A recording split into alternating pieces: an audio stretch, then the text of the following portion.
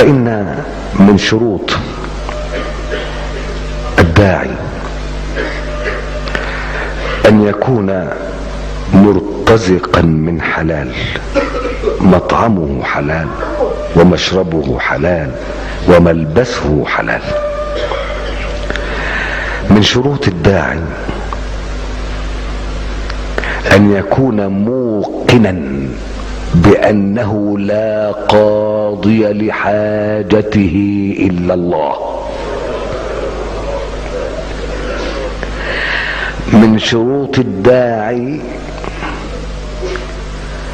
أن يعلم أن الله تبارك وتعالى قريب، يسمعه ومعه ويعلم حاله. لا بد أن يتجه إلى الله تبارك وتعالى بقلب مجتمع، لأن الله لا يقبل دعاء قلب لا أو غافل. فإذا دعا العبد وهو غافل أو لاهي يدعو يحرك لسانه بالدعاء، ولكن القلب في شغل آخر أن يستجاب له. فلا بد أن يجتمع القلب مع اللسان. لابد من شروط الداعي أيضا أن يعزم المسألة وأن يوقن بالإجابة. ادعوا الله وأنتم موقنون بالإجابة، هكذا نصحنا نبينا صلى الله عليه وسلم. إما أن يدعو الرجل وهو في شك هل يجيب ربنا أم لا، فتلك إساءة أدب مع الله، لأن الله لا يعجزه شيء، لا يعجزه شيء. وفي حديثه القدسي في بعض الحديث: يا عبادي لو أن إنسكم وجنكم وأولكم وآخركم اجتمعوا في صعيد واحد فسألوني فأعطيت كل واحد مسألته ما نقص ذلك من ملك شيئا. فربنا لا يعجزه شيء. الداعي حين يلتجئ إلى الله تبارك وتعالى ويدعوه بقلب مجتمع مع اللسان، واثق من الإجابة، ارتزق من حلال. من شروط الدعوة ألا تكون بإثم، لأن النبي صلى الله عليه وسلم حين يقول: ما من مسلم يدعو بدعوة ليس فيها إثم ولا قطيعة رحم. والدعوة بالإثم هي أن تدعو على غيرك أن يفعل به ربنا كذا وكذا وكذا وكذا. الدعوة بالإثم هي الدعوة التي يستحق صاحبها عليها إثما أو يرتكب بها إثما فيذنب. لا يدعو رجل بأن يمكنه ربنا من امرأة في الحرام، لا يدعو رجل بأن يمكنه ربنا من السرقة أو من الرشوة، لا يطلب طلب فيه إثم، كذا لا يطلب طلب فيه قطيعة رحم، فيه قطيعة الرحم. تلك من شروط الدعوة. من شروط الدعوة أيضا أن تكون هذه الدعوة بخير، من خير الدنيا أو بخير من خير الآخرة. من شروط الدعوة أن توضع بين أمرين لا يردهما الله، وهو الصلاة على سيد الخلائق أجمعين. فيبدأ دعاءه بالصلاة على النبي صلى الله عليه وسلم، ويختم دعاءه بالصلاة على النبي صلى الله عليه وسلم. وصلاة العبد على نبينا صلى الله عليه وسلم مقبولة لا محالة ولا شك. ومن يقول: من صلى علي صلاة صلى الله عليه بها 10. فإذا قلت: اللهم صل وسلم وبارك على محمد، ثم سألت، ثم قلت: وصل اللهم على محمد وعلى آله وصحبه، لا يمكن ان يقبل ربنا تبارك وتعالى اول الكلام واخر الكلام ويسقط وسطه. هو اكرم من ان يفعل ذلك. فوضع الدعوة بالخير بالحلال ليس فيها اثم، ليس فيها قطيعة رحم، بين صلاتين على النبي صلى الله عليه وسلم. ايضا من شروط الدعوة ان تكون بشيء يجوز الوقوع، جائز الوقوع. ان تكون الدعوة بطلب شيء جائز الطلب وجائز الفعل شرعا. مثال ذلك ان يطلب الانسان ما يمكن ان يحدث في شرع الله ويجوز ان يقع في امر الله وبحكمته وبامره. فلو طلب رجل ان يجعله الله نبيا ايصح ذلك؟ ونبينا خاتم الانبياء، وهو يعلم ان نبينا صلى الله عليه وسلم خاتم الانبياء، هل يصح ان يدعو الرجل بان يكون من الانبياء؟ اذا فقد طلب طلبا لا يجوز فعله شرعا. هل يجوز للرجل ان يطلب ان يكون كالطيور يطير في السماء؟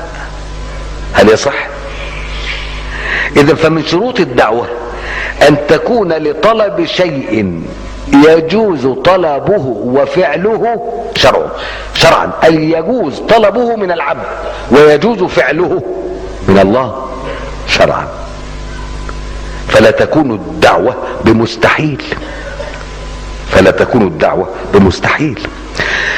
من شروط الدعاء تلك امثلة وليست على سبيل الحصر، فالشروط كثيرة ولا يتسع لها المجال. شروط الداعي، شروط الدعوة، شروط الدعاء. الدعاء نفس الدعاء له شروط، نعم له شروط. ان يكون بصيغة الفقير الطالب من الغني، يا ايها الناس انتم الفقراء الى الله والله هو الغني الحميد. ان يكون الدعاء باسماء الله الحسنى والتي وردت في كتابه وعلى لسان نبيه صلى الله عليه وسلم، لان الله يقول ولله الاسماء الحسنى فادعوه بها وذروا الذين يلحدون في اسمائه سيجزون ما كانوا يعملون.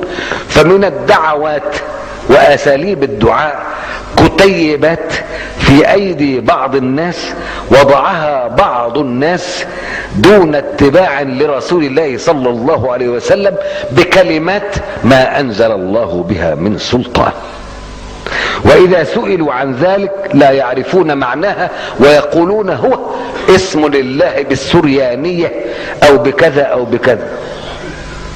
ذاك خطأ محض، خروج عن السنة، خروج عن الشرع. ربنا يقول ولله الاسماء الحسنى فادعوه بها وليس بغيرها. واسماؤه معلومة، اسماؤه معلومة. اما ان تدعو باسماء لا تعرفها ويقال ذاك اسم قاله الشيخ فلان في اوراد الطريقة الفلانية او كذا او كذا، وانت لا تدري ما هذه الاسماء، لم ترد في كتاب الله، لم ترد على لسان رسول الله. هل اخفى الله عن رسوله اسما وعلمه لغيره؟ هل يعقل هذا؟ وهو الباب، هو الباب، رسول الله صلى الله عليه وسلم هو الباب. هل يخفي عنه شيئا ويعطيه لغيره؟ هل يعقل هذا؟ اذا فمن شروط الدعاء ان يكون باسماء الله الحسنى التي وردت في كتابه الكريم وعلى لسان نبيه عليه افضل صلاة واكمل تسليم. ايضا من شروط الدعاء الا تعلق دعاءك على المشيئة. فنبينا صلى الله عليه وسلم يقول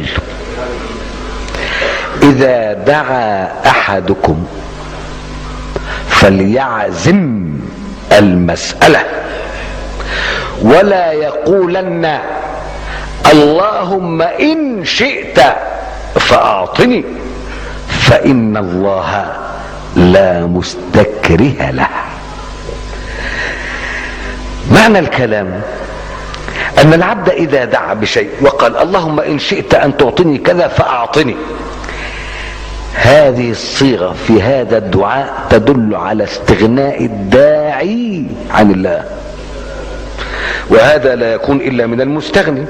فأنت تقول لفلان من الناس إن أردت أن تعطني كذا فأعطني، وإذا لم يرد إذا فأنت غني عنه.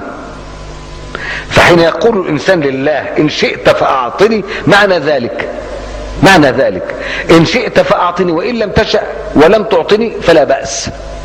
هل أنت تكره ربنا تبارك وتعالى على شيء؟ هل هناك من يكره ربنا تبارك وتعالى على شيء؟ فأنت تعطيه الفرصة وتعلق الأمر على مشيئته، سوء أدب مع الله وجهل. فلا يقولن أحدكم اللهم إن شئت فأعطني، فإن الله لا مستكره له، أو ليس بمستكره. إن شاء أعطى وإن شاء منع، هو المعطي وهو المانع، هو الضار وهو النافع. من شروط الدعاء أن يتحرى به العبد أوقات الإجابة بين الأذان والإقامة، عند فطره، عند مرضه. دعاء المريض مجاب، دعاء المسافر مجاب، دعاء الأخ لأخيه بالغيب مجاب وله مثله، لأن الرجل إذا دعا لأخيه بالغيب أرسل الله له ملكا يقف على رأسه يؤمن على دعائه لأخيه، ثم حين يختم الدعاء يقول الملك ولك مثل ما طلبت لأخيك. دعاء الأخ لأخيه بالغيب مجاب. المسافر، المريض، للصائم عند فطره دعوة ما ترد. في أوقات السحر، في المساجد، في الأماكن المباركة، في يوم الأربعاء بين صلاتي الظهر والعصر. وأخذ هذا من حادثة حدثت حيث دعا النبي صلى الله عليه وسلم وطلب يوم الاثنين وطلب يوم الثلاثاء وأجيب يوم الأربعاء بين الظهر والعصر، حيث استجاب له ربنا تبارك وتعالى. وهناك مسجد في المدينة، مسجد قباء، فيه مكان يصلي عنده الناس، حيث كشف الله عن رسوله الغم وأجابه إلى مسألته في هذا المكان في ذاك الوقت. فكان بعض الصحابة يتحرى الدعاء في يوم الأربعاء بين الظهر وبين العصر. في يوم الجمعة ساعة ما يصادفها عبد مسلم يصلي يسأل الله شيئا إلا أعطاه إياه. في يوم الجمعة قيل هي في الجلسة بين الخطبتين، قيل هي حين يجلس الإمام بعد خطبته الأولى في تلك اللحظة، وقيل هي في وقت العصر. هي ساعة في يوم الجمعة يعلم الله تبارك وتعالى أية ساعة. شروط الدعاء كثيرة، وشروط الداعي كثيرة، وشروط الدعوة أي المطلوب كثيرة، ولكن أهم كل ذلك